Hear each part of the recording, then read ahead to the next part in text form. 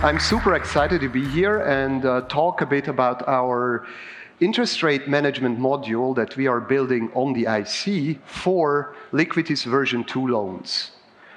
So before going into the details, I need to give you like a very short overview of how Liquity version 2 is going to work. So Liquity version 2 isn't live yet. It is expected to launch in November this year, and it will have a few key differences to its current existing predecessor, Liquity.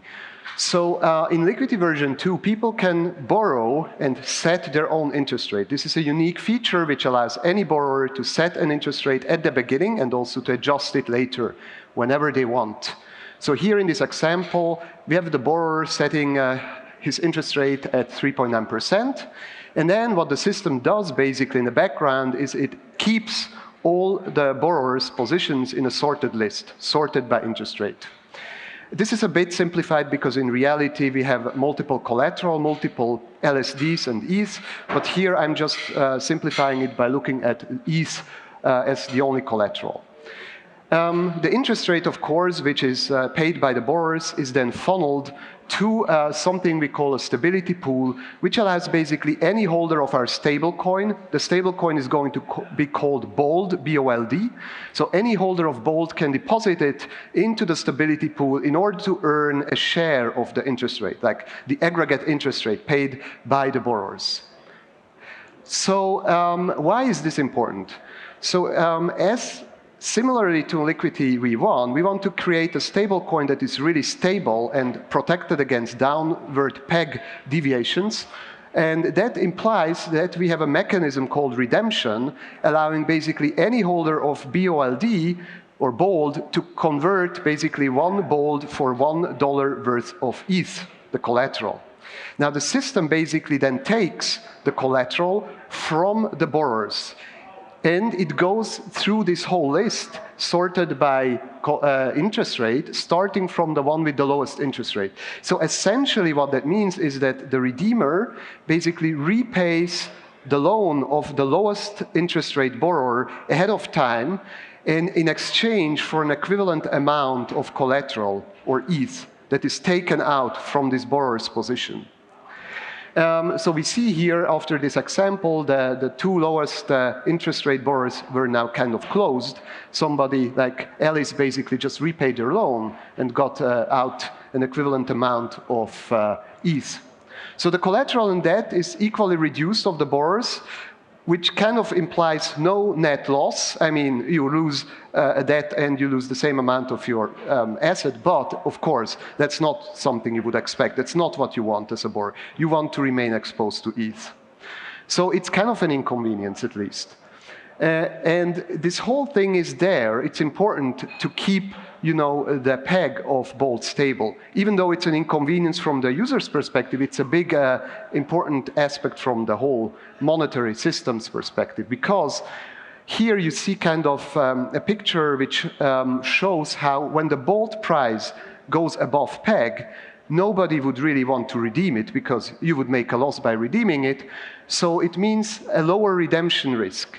And the lower redemption risk kind of allows the borrowers, any borrower, to basically reduce their interest rates as a response to this lower risk, which in turn lowers the yield for the stability pool and in turn lowers the attractivity of the stablecoin, pushing down its price back to peg. At least that's the theory.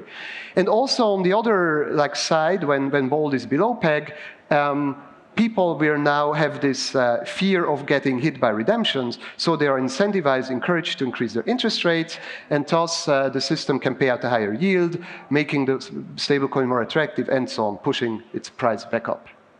This is all nice from the system's perspective, but it requires kind of an active monitoring and adjustment from the user. Like the borrower needs to kind of keep his interest rate actively managed. And that's not, you know, everybody's cup of tea, and that's why we came up with a management system. This is basically a simple way of just delegating the interest rate management to a third party, right? I mean, you can delegate it to a professional manager. And to save gas on Ethereum, because this is still living on Ethereum, like Liquity V2 is on mainnet, but we could achieve some gas saving by batching basically the delegations. Like one manager can then set and manage the interest rate for a whole batch of borrowers at the same time. So that is more gas efficient. But still, the problem is it requires trust, right? I mean, you are trusting, you are delegating to a person, and if this person mismanages your trove is the position, then you may get redeemed or you may overpay. So yeah, may not be the best solution for everyone. So, and here now the internet computer comes into play. What if we could build a module that does this all automatically for the user in a very efficient way, calling out to the Ethereum contracts and managing the interest rate? So basically, we want to allow people to delegate their interest rate management to a canister running on the IC. Now, how does it work in practice? I mean, I cannot go into all the details, but the main idea here is that the user can choose between a set of strategies, very simply just 3 strategies, risky, medium, and conservative. And each strategy is basically defined by something called a target debt in front. You can imagine, if you look at the list of borrowers, that every, borrower in this list has a certain size, or there are multiple borrowers maybe with the same interest rate. So you can kind of determine the amount of debt or the amount of stablecoins that need to be redeemed first until your position gets hit. So this is the target debt in front. And based on this target debt in front, this will fluctuate because other borrowers will change their positions while you are managing it. So you want to constantly be in a position where you have enough buffer below you. So that's basically this target debt in front. And then there is another factor we want to factor in, which is kind of the redemption activity. The redemption activity or volume, the past activity, kind of influences a fee, the redemption fee. As you can see on this chart, this redemption fee is a very dynamic, reactive fee which goes up whenever somebody redeems the stablecoin, and then exponentially decays when there are no more redemptions. So this fee can be used as a proxy for a past redemption activity and also as an anticipator for future redemption activity.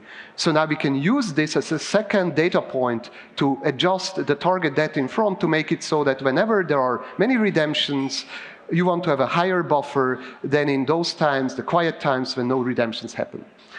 And last but not least, we have a management fee which is charged on top of your regular interest rate, which is going to the manager. But here, in our case, it's not a person, it's a canister. That's just running on the IC. But still, this canister needs cycles, but it also needs to pay for the gas for the management batch updates. And we want to build it in a way that this management fee can be used to make the whole system sustainable, self-sustainable, like basically it would finance its own running costs, the gas costs and the cycles. Yeah, that's it. I'm not sure if there are questions or if there is any time left, but I'm super excited to launch this together with Liquity V2.